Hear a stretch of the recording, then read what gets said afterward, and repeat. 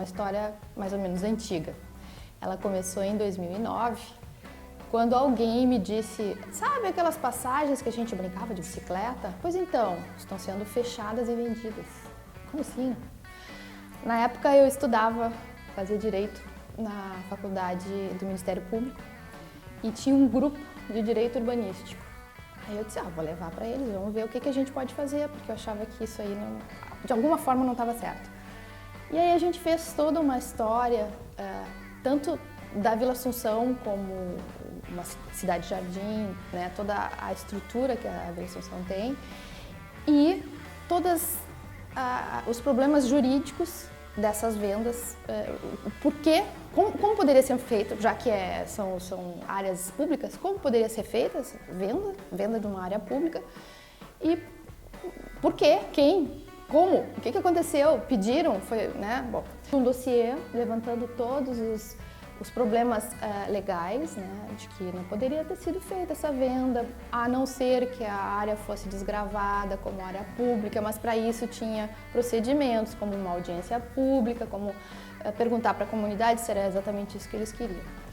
E, na verdade, as passagens, elas tinham sido oferecidas, elas tinham sido desgravadas como área pública e tinham sido oferecidas para os lindeiros, que são os vizinhos.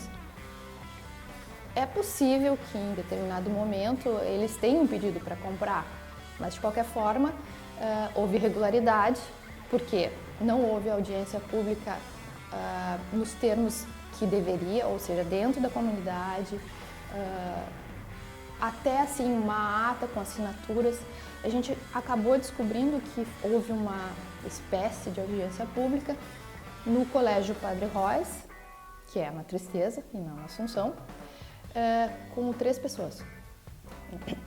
A gente contestou isso, né? Que não, e aí os próprios moradores começaram a se manifestar em relação a essa venda, de não querer, porque aquilo ali, de qualquer forma, era parte do desenho da Vila Assunção, né? E isso foi um dos pontos também que a gente levantou, né? Porque a Vila Assunção é uma área de interesse cultural e ela tem um desenho particular.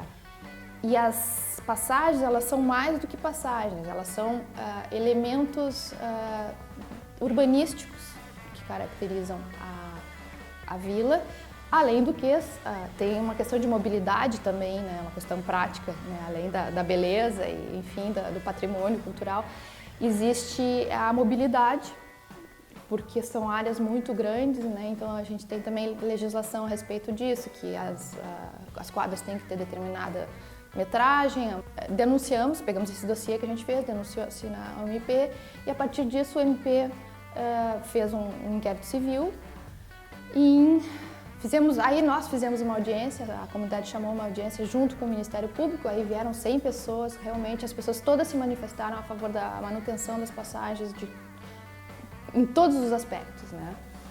E a partir disso a promotora chamou a prefeitura e aí começaram a conversar.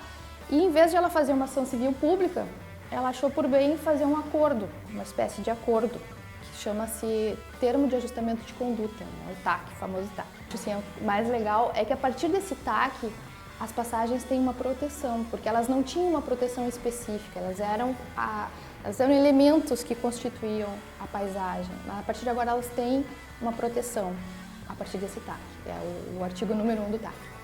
E depois disso, que se fosse feito um levantamento de todas essas áreas, uma espécie de um diagnóstico, que chamam de diagnóstico de cada uma dessas partes, dessas passagens, e também não só das passagens, tem os próprios que ficariam dentro das quadras, como se fossem áreas verdes comuns. A prefeitura deveria fazer esse tipo de levantamento e daí então apresentar para a comunidade. Aí eu tive até uma reunião com ela por um outro problema. E aí eu perguntei para ela, promotora, como é que tá, né? Já tá pronto? E ela disse, é verdade, vamos atrás. E aí falei com a pessoa que estava fazendo o levantamento, descobri junto com a EPAC, a gente conversou, ela veio, conversou com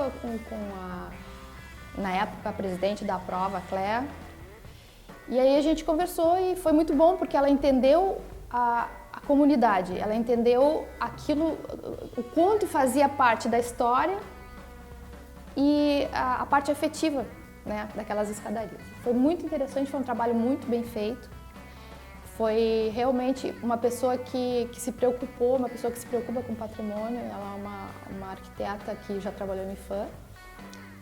E aí o próximo passo é fazer essa audiência, que foi a que aconteceu agora no dia 30 de setembro, que era para mostrar esse resultado para a comunidade. E, de novo, né, era um termômetro para ver o que a comunidade ainda pensa, porque nesse meio tempo houve uma manifestação de pessoas que queriam a venda, né? Muito por causa de segurança, porque, claro, as passagens acabaram sendo deixadas de lado. Então, assim, é a iluminação que está faltando, é a manutenção que está faltando, e aí realmente acaba ficando inseguro, né? Porque a pessoa só usa para consumo de droga, para assalto, enfim. Então teve um certo movimento em relação a isso, né? Então foi importante, porque daí a gente fez a apresentação do diagnóstico.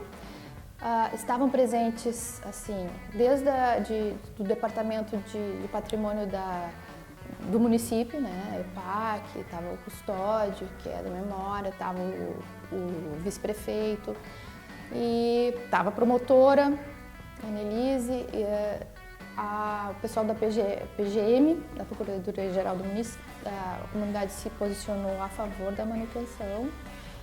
A vereadora Lourdes também estava, fez uma intervenção muito interessante a respeito da legalidade, né? Porque uma das coisas que a gente estava vendo que talvez acontecesse, porque 3 passagens foram vendidas. E aí entra naquela questão de que quem comprou seria então um terceiro de boa-fé.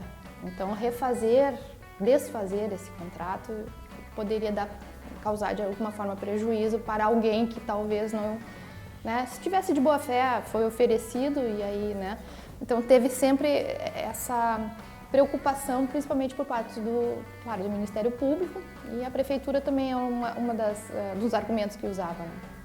Falando muito sobre a questão da legalidade, né, porque boa-fé, ou enfim, foi um ato que foi contra a comunidade, né? A venda dessas passagens, ela simplesmente ignorou a vontade da comunidade, né? Então, assim, ok, tem 2, 3 talvez que tem boa-fé, mas e os outros, né? E a comunidade como um todo, né?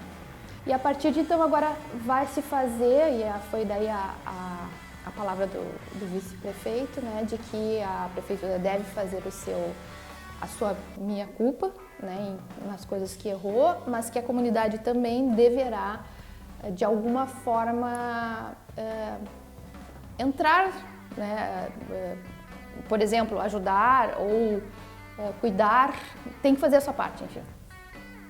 Que eu imagino que seja dessa forma, né, não colocando lixo, como a gente sabe que acontece, ou entulho, ou enfim, né, ou chamando, né, olha, tá sem a luz, porque, né, a prefeitura precisa saber o que está acontecendo, e em contrapartida a prefeitura deve vir, né, da passagem, porque tem passagens que tem casa em cima. Então, assim, vai ter que ter, isso foi uma das coisas que foram levantadas lá, vai ter que ter uma desapropriação, né? Então vai ter que ter um processo todo de desapropriação e de retirada das pessoas, demolição, porque inclusive uma tem até colocar asfalto para o carro entrar. Então, assim, tem coisas absurdas, né? Tem outras que os vizinhos só trancaram com medo, mas elas, por exemplo, têm um jardim. Então, assim, cada caso vai ter que ser visto especificamente. Então, a partir de agora, é ver como é que vai se dar esse trabalho e fiscalizar, né?